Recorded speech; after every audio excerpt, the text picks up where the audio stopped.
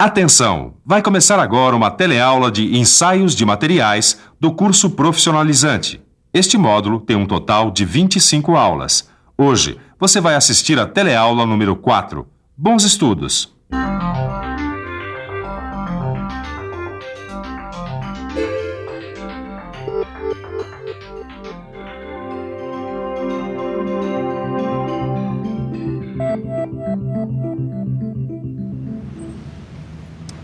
Meu amigo, você sabe de que país vem essa camiseta que você está usando? Eu acho que é dos Estados Unidos.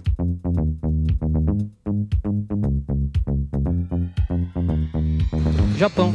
Você sabe de que país vem essa pasta aí que você está usando? Eu acredito que da Itália.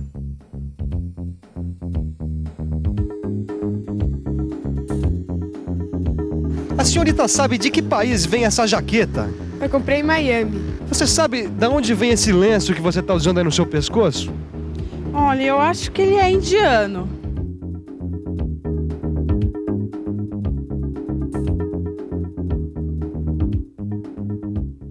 Se por um lado cresce a cada dia o número de produtos importados que chega ao nosso país, por outro, também é cada vez maior o espaço conquistado pelos exportadores brasileiros em todo o mundo. Com esse forte crescimento do comércio internacional, fica cada vez mais importante a normalização dos ensaios de materiais. Independente da origem do produto, os testes pelos quais ele passou em seu país devem poder ser repetidos em qualquer outro lugar, seguindo as mesmas condições. Por isso, nessa teleaula, você vai conhecer algumas entidades por todo o mundo que se ocupam das normas adotadas pelos laboratórios de ensaio. E agora não saia daí, porque a nossa teleaula está começando.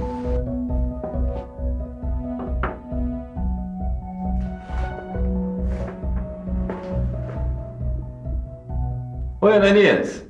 Ô, Wilson, trouxe o resultado do ensaio do eixo que eu pedi para ser ensaiado? Trouxe sim. E aqui está o gráfico que o pessoal fez a partir do ensaio realizado. Oh, que beleza, viu? Eu tava precisando disso aqui para acabar a encomenda de um cliente, viu? Desculpa perguntar, Ananias, mas esses ensaios que o pessoal faz, eles são mesmo confiáveis? Claro que são. Olha, o ensaio feito no próprio material, ele é muito importante porque ele tenta simular as condições reais de funcionamento. Só que na prática, nem sempre esse tipo de ensaio pode ser feito. E além disso, os resultados conseguidos só servem para esse produto.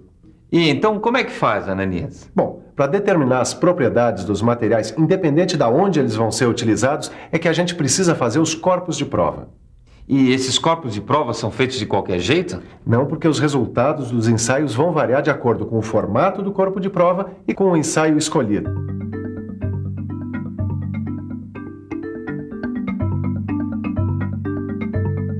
Veja que no ensaio de tração deste corpo de prova de aço, o alongamento é uma medida da sua ductilidade, quer dizer, mostra o quanto o material é plástico. E o alongamento de um material é sempre o mesmo, Ananias? Não, ele depende do comprimento do corpo de prova, do seu formato, da velocidade de aplicação de carga e das imprecisões do método de análise dos resultados do ensaio. Bom, isso quer dizer que os ensaios possuem no próprio método alguns fatores de erro. E isso a gente vai ter que tomar cuidado, hein? Ah, é? Que cuidado é esse, Edgar? Na fase de projetos das estruturas, a gente incorpora um valor chamado coeficiente de segurança. E o que é que ele faz? Ele leva em conta os vários tipos de incerteza que podem interferir em toda a estrutura. Tá aí, Ed, gostei. Assim o nosso kart vai ficar mais seguro ainda. O que você acha da gente encomendar logo esse ensaio de tração para o material do novo chassi do nosso kart, hein? Vamos lá, mas a gente não pode esquecer de incorporar as normas técnicas voltadas para ensaio de tração, hein? Quando os ensaios mecânicos são realizados, as normas mais utilizadas são aquelas que tratam da especificação dos materiais e do método de ensaio. Já sei. É que o método determina a forma correta de fazer um ensaio mecânico. É muito importante que o ensaio mecânico siga a norma. Esse carro importado aqui, por exemplo, se aqui no Brasil o fabricante de autopeças fizer os ensaios dos materiais seguindo o mesmo método utilizado no país onde o carro foi fabricado, ele vai obter resultados muito semelhantes. As normas técnicas utilizadas pelos laboratórios de ensaios são definidas por importantes associações espalhadas pelo mundo inteiro. No Brasil, existe a Associação Brasileira de Normas Técnicas. Nos Estados Unidos, existem diversas entidades.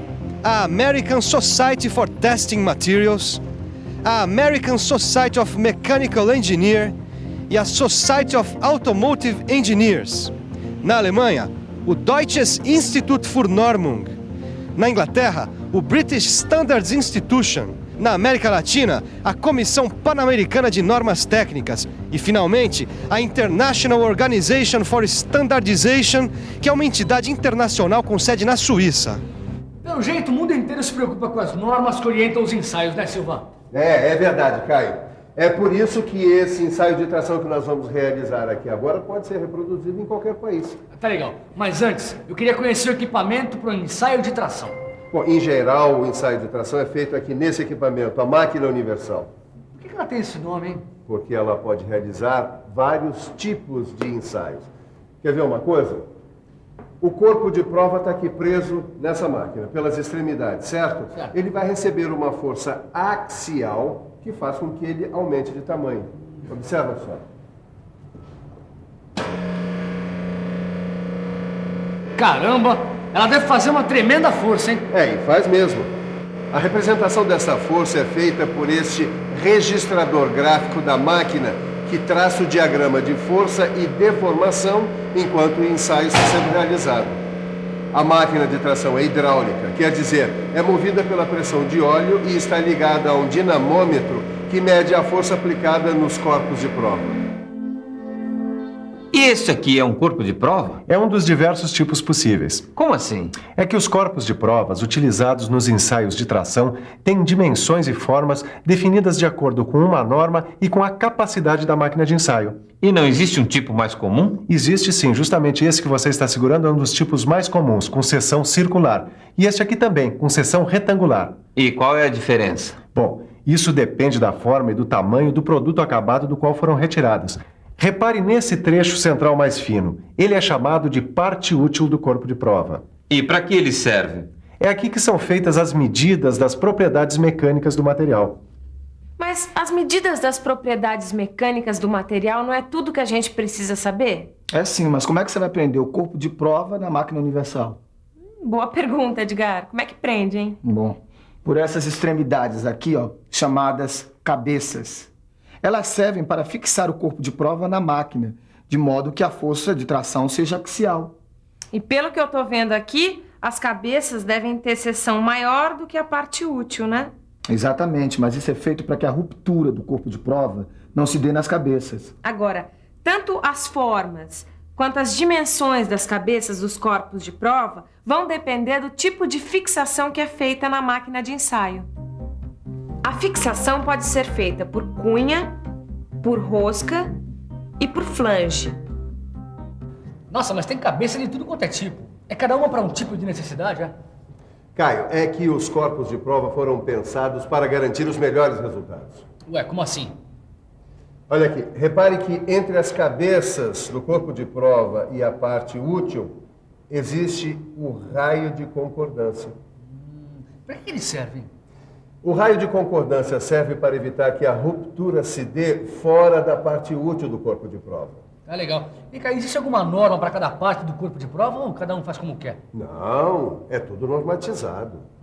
A partir de um acordo internacional, ficou resolvido que, sempre que possível, um corpo de prova deve ter 10 milímetros de diâmetro e 50 milímetros de comprimento inicial. Mas sempre dá para tirar um corpo de prova desse tipo, Silva? Não. Por isso, quando não for possível, o que se deve fazer é adotar um corpo de prova com dimensões proporcionais a essas. Agora, uma coisa eu queria entender. Como são feitos os corpos de prova? Olha, os corpos de prova de seção retangular normalmente são retirados de placas, chapas ou lâminas. E o acabamento do corpo de prova é normalizado? Olha, a norma brasileira especifica apenas que os corpos de prova devem ter bom acabamento superficial e ausência de trinca. Só isso? Só isso. Por isso, as dimensões e as tolerâncias de usinagem seguem as normas internacionais. Isso até que surja uma norma brasileira correspondente. E se você quiser mais informações sobre corpos de prova, o melhor é consultar as normas técnicas específicas. E consultando a norma técnica específica, Edgar, até mesmo na hora de ensaiar uma peça soldada no kart, a gente vai conseguir os resultados corretos. E aí, Mesmo com solda, ninguém segura a nossa máquina, mas para isso é importante tirar um corpo de prova corretamente. Eu sei como tirar um corpo de prova, Edgar. Ah, então como é que é, sabichona? Nos materiais soldados, como essas chapas aqui, por exemplo, é possível tirar corpos de prova com a solda no meio ou no sentido longitudinal. Só que, em geral, os ensaios de corpos de prova soldados determinam apenas o limite de resistência à tração. Quer ver por quê? Ó.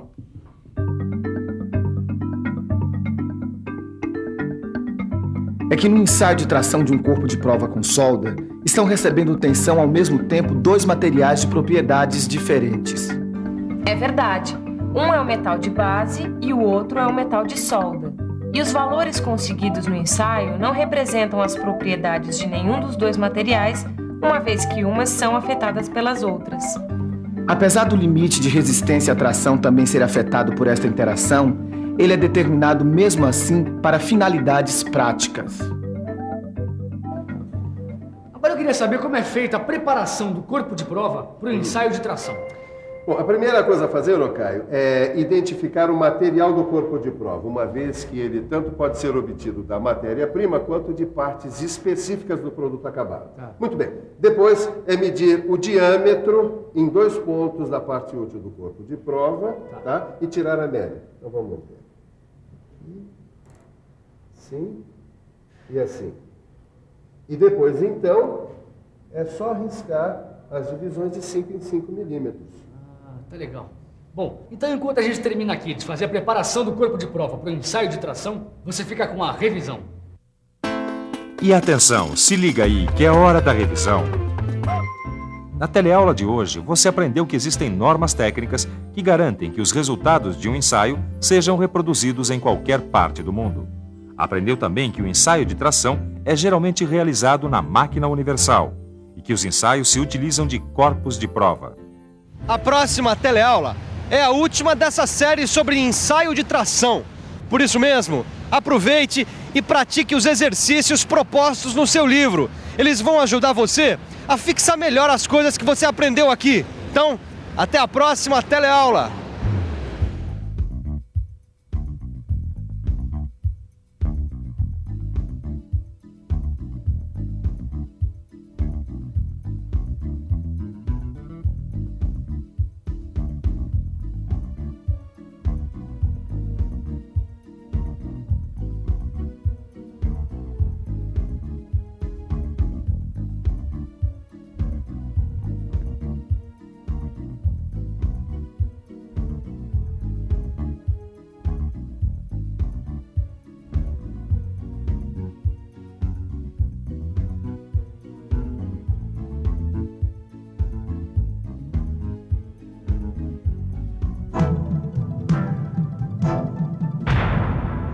Telecurso 2000, um programa de educação do Sistema Fiesp e da Fundação Roberto Marinho.